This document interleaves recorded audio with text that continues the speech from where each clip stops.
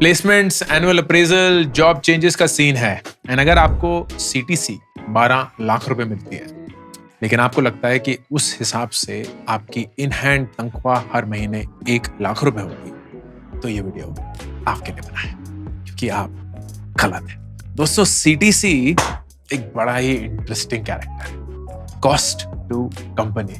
इसमें इतनी सारी चीजें घुसी होती हैं, इतनी ही सारी चीजें घुसी होती हैं कि मैं अचंभित हो जाता हूं। कितनी सारी कंपनियां फ्रॉड मचा मचा के लोगों को गुमराह करके अपने सीटीसी को इतना बड़ा बना देते हैं कि ऐसा लगता है कि हम तो भाई करोड़ भाड़ में जाए अंकुर वारिकू के इन्वेस्टिंग वीडियोस, ये सैलरी ही काफी है रॉकस्टार बनने के लिए। इस वीडियो में सीटीसी, सैलरी के बीच का अंतर, अपनी सैलरी स्लिप को समझने, उसको अच्छे से जानने की नॉलेज शेयर करने की कोशिश करूंगा। ये वीडियो आप पूरा देखिएगा, क्योंकि इसमें बहुत सारी बारीक चीजें हैं।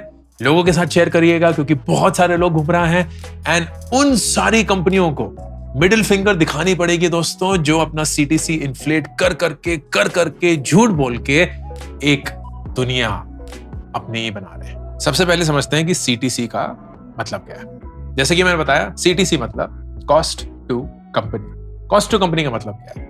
कंपनी हर एक इंसान को रिक्रूट करके उसे अपनी टीम पे रखने के लिए कुछ खर्चे बेयर करती है। एक डायरेक्ट खर्चा तो होता है जो उस इंसान की सैलरी होती है, लेकिन उसके साथ साथ बहुत सारे इनडायरेक्ट खर्चे भी होते हैं। प्रोविडेंट फंड भी देना पड़ता है, जो कि उस इंसान को डायरेक्टली नहीं मिलता है। उस इंसान की ट्रेनिंग पे खर्चा करना पड़ता है, जो कि उस इंसान को डायरेक्टली नहीं मिलता है। उस इंसान के ओरिएंटेशन पे खर्चा करना पड़ता है, जो उसे डायरेक्टली नहीं मिलता।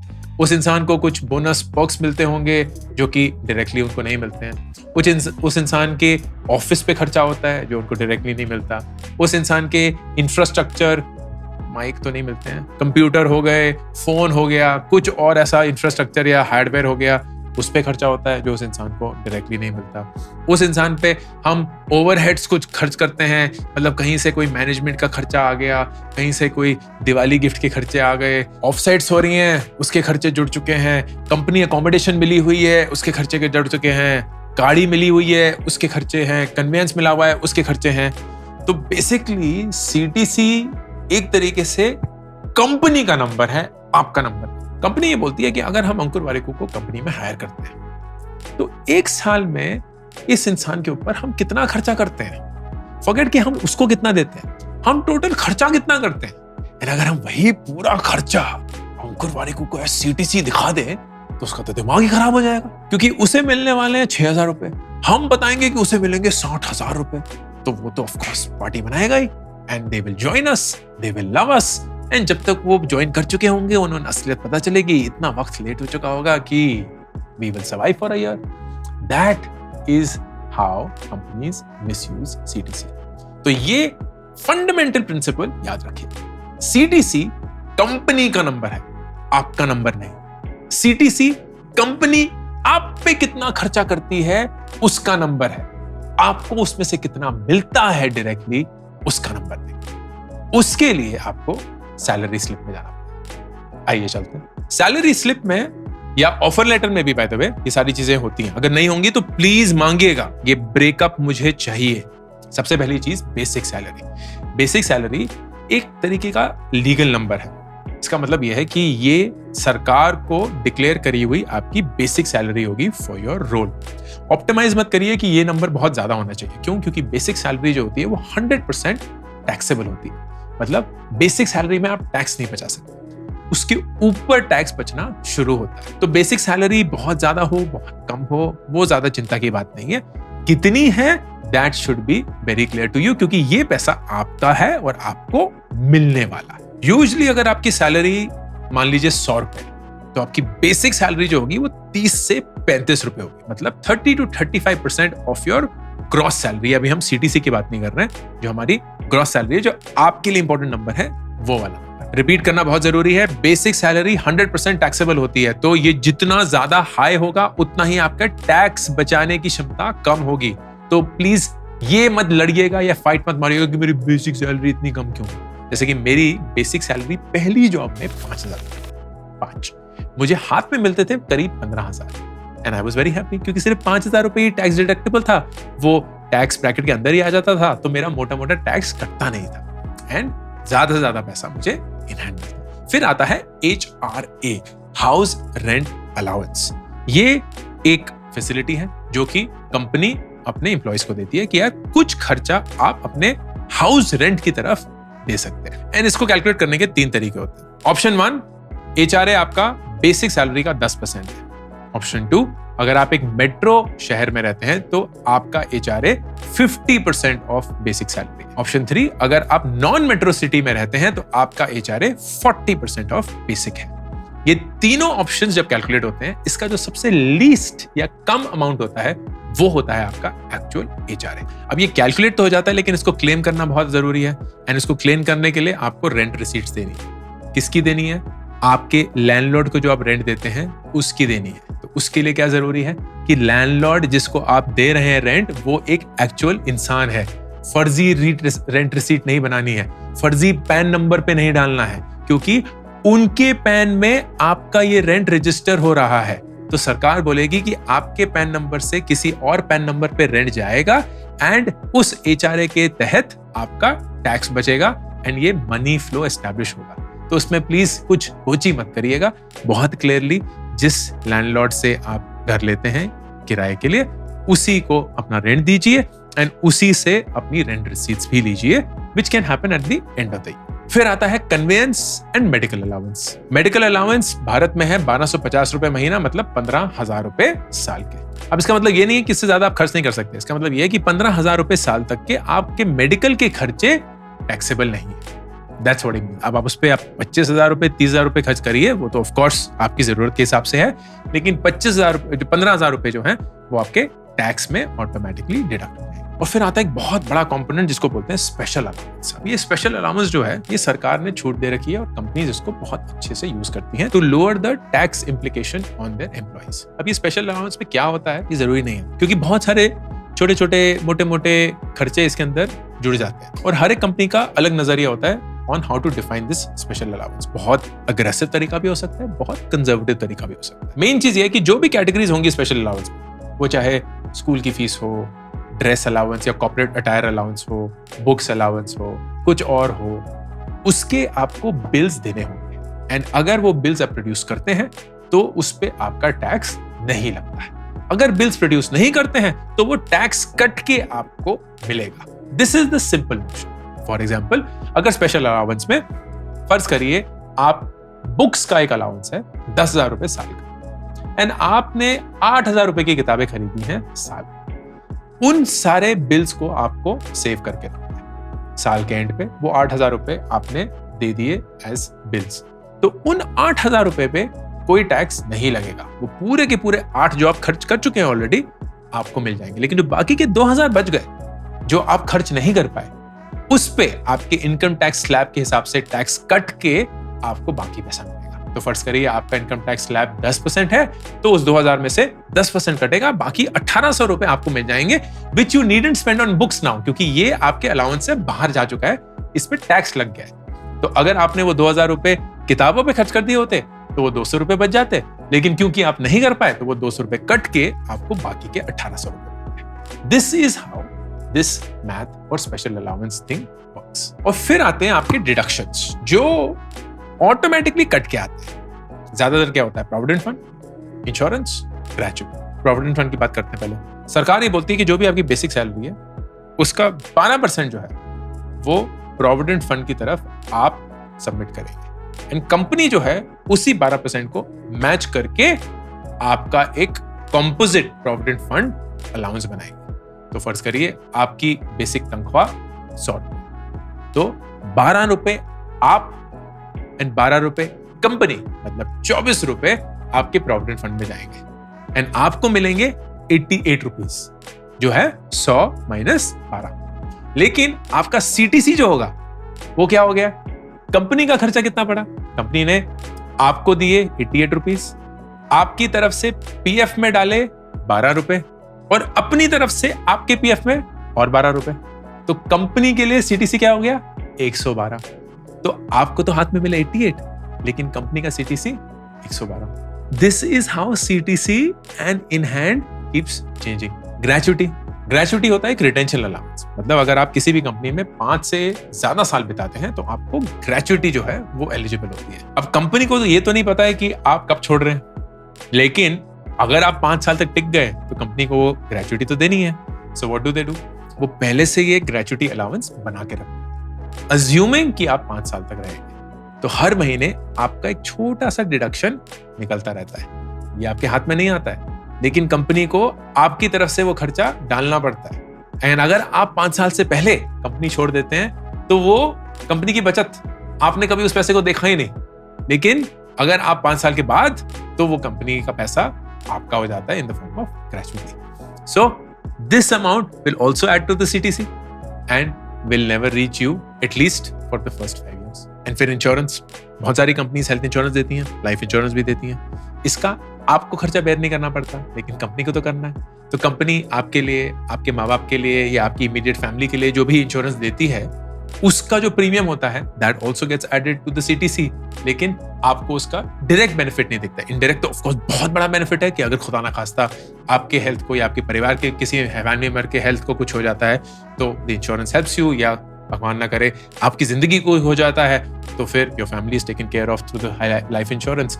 सो that is an indirect massive benefit, लेकिन डायरेक्ट पैसा in hand is not seen क्योंकि वो आपके सीटीसी में जुड़ चुका है, not coming directly to you. And then finally आते हैं अदर पर्क्स एंड एक्सपेंडिचर्स, जो कि ऑफर लेटर में बहुत कम दिखाए जाते हैं, लेकिन of course it shows up in some spend for the company. तो जैसे कि मैं बताया, आपकी ट्रेनिंग का खर्चा, आपकी ओरिएंटेशन का खर्चा, आपके हार्डवेयर का खर्चा, कुछ कंपनीज तो उस एक्सटेंट पे चली जाती हैं कि आपके ऑफिस का खर्चा, क्योंकि अब हम हाइब्रिड बन चुके हैं तो कोई इंसान अगर आ रहा है तो उस पर भी कुछ खर्चा हो रहा है, क्योंकि हम रेंटल दे रहे हैं, एयर कंडीशनिंग चल रही है, कुछ हो रहा है वगैरह वगैरह। They keep topping it up and that then escalates the CTC. And then finally एक चीज है जो कि स्टार्टअप की दुनिया में बहुत बड़ा फ्रॉड तो नहीं बोलूंगा, लेकिन असलियत है, which I don't quite like, but that's the way it is, and that is ESOPs। ESOPs क्या होते हैं? ESOP होते हैं कंपनी के शेयर जो आपको मिलते नहीं है, आपको उनको खरीदने का एक ऑप्शन मिलता है। ESOP का full form employee stock options. Employee stocks में स्टॉक ऑप्शंस मतलब आपके पास ऑप्शन है अपनी कंपनी के शेयर खरीदने का whenever you want। लेकिन इसमें एक बहुत बड़ा कैच होता है, and catch is the following. First करिए आप एक स्टार्टअप ज्वाइन करते हैं और कोई आपको बोलता है कि हम आपको देंगे ESOP 20 लाख रुपए के, उसके ऊपर आपको सैलरी मिलेगी 15 लाख रुपए, आपका टोटल सीटीसी 35 तो हो गया, प्लस फलाना धमाका कुछ भी ऐड करके 45 लाख रुपए आपका सीटीसी। एंड आप न्यूज में छप गए हैं, कॉलेज में फेमस हो चुके हैं, आपके दोस्त आपसे प्यार कर बैठे हैं, आपके मम्मी पापा बोले ही नहीं थक रहे हैं, सुन रहे हो, लग गई नौकरी 45 लाख रुपए की। एंड आप अपने दिमाग में 45 डिवाइडेड बाय 12, मोटा मोटा 4, टैक्स भी काट लो 20%, मोटा मोटा 3, मतलब 3 लाख रुपए हाथ में हर महीने आने वाले हैं ब्रो। आते कितने? एक भी नहीं। क्यों? 15 लाख रुपए तो आपकी बेस सैलरी है, मतलब जो ग्रॉस सैलरी है। उस 15 लाख पे टैक्स टूक्स कटेगा, लगा लीजिए 20%, हो गए 12 में से मोटा मोटा आपको 1 लाख रुपए हाथ में मिलेगा। 20 लाख रुपए के आपको ESOP मिले हुए हैं, 5 लाख रुपए आपके सीटीसी में कहीं और ही जुड़े हुए हैं जो आपको कभी डायरेक्टली दिखेंगे नहीं, इनडायरेक्टली कभी मिलेंगे तो बहुत बढ़िया है। तो हाथ में एक ही आया। अब ये 20 लाख की ESOP का क्या चक्कर है? This has 2 or 3 conditions attached to it। Condition number 1 is called the cliff।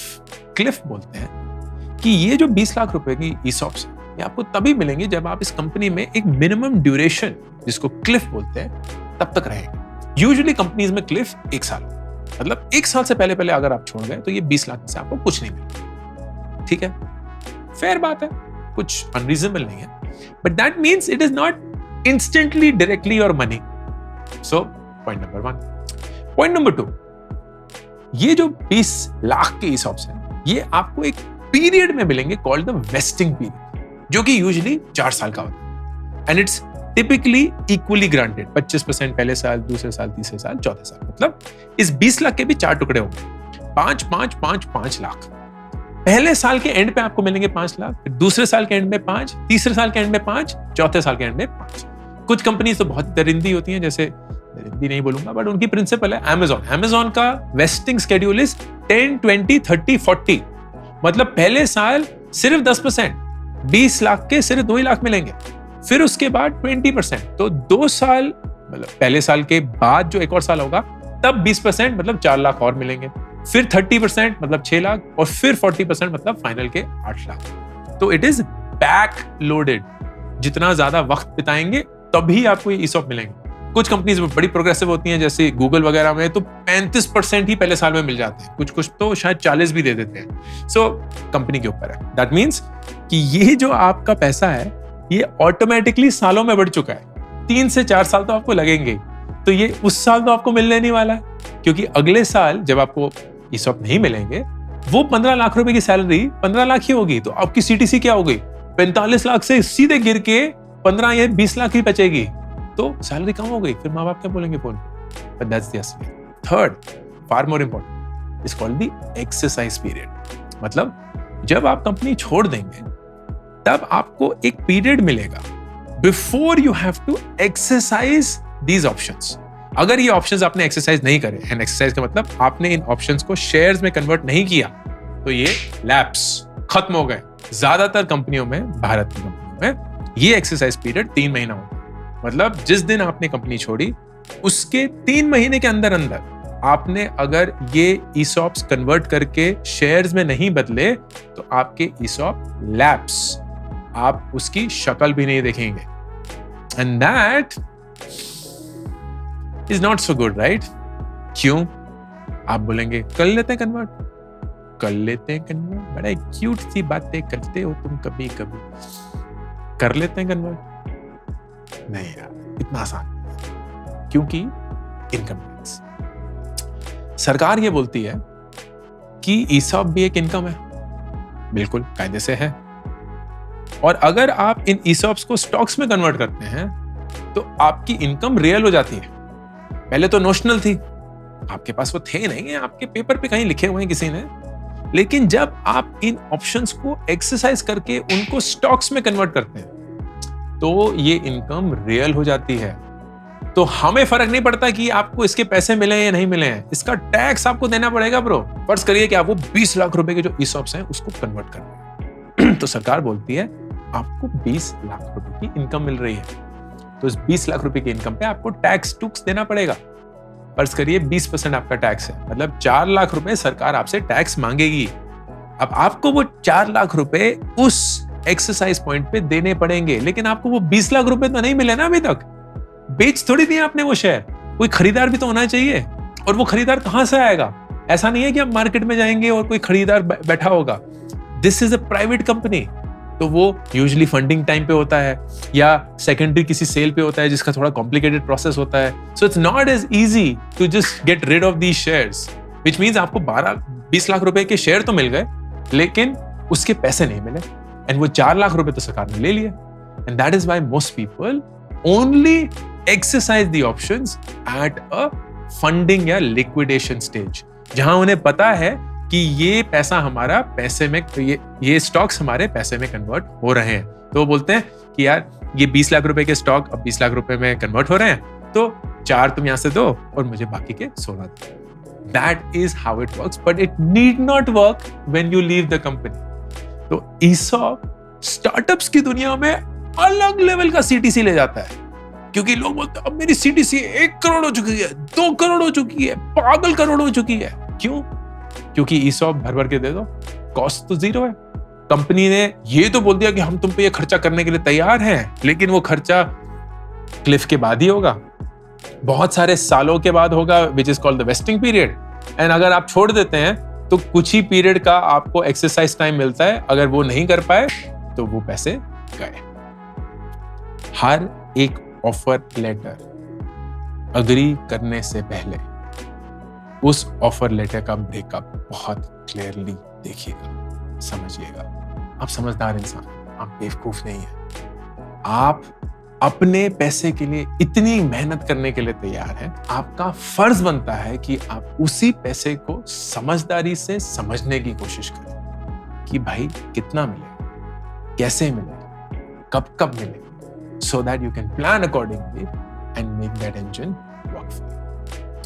ये था पूरा चिट्ठा पट्टा of CTC versus in hand. मुझे बोलते हुए बिल्कुल शर्म महसूस नहीं होती कि ना सिर्फ इस देश में पर इस दुनिया में बहुत सारी ऐसी कंपनीज हैं जो लोगों को गुमराह करके अपने CTC इन्फ्लेट कर करके एक ऐसी दुनिया दिखाने की कोशिश करती हैं जैसे कि हम खुदा हैं एंड हमारे पास तो पागलों जैसा पैसा है एंड हम देने के लिए तैयार हैं। कहीं भी दोस्त फ्री का पैसा नहीं मिलता। जहां भी आपको ऐसा लगे ना कि पैसा फ्री का है, कुछ ना कुछ तो स्कीम चल, कहीं ना कहीं तो कुछ गोलमाल है। Please trade cautiously.